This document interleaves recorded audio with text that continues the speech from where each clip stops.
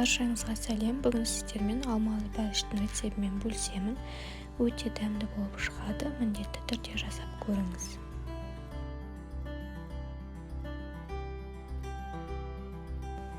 Ең алдымен ыдысымызға жұмыртқаны саламыз.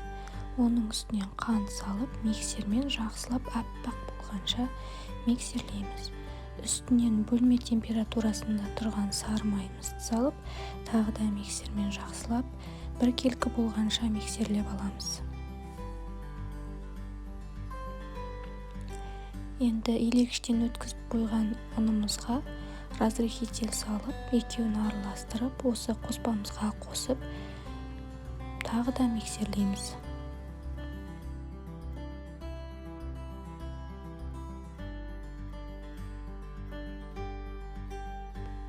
Енді осы қоспамыздың үстінен алма саламыз. Мен орташа көлемдегі 3 алманы қолдандым. Екеуін осы қоспаға турап салдым майдалап, ал біреуін бетіне әдемілеп қойып шығуға қолдандым.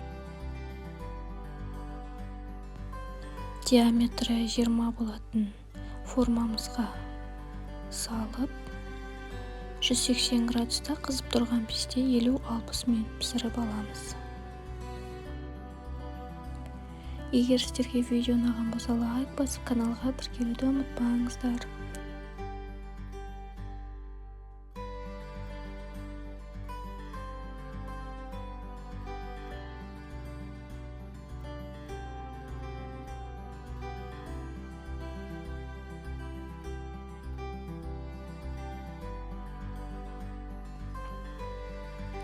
Міне біздің пирогымыз пісіп дайын болып шықты. Бетіне қант ұнтағын септім.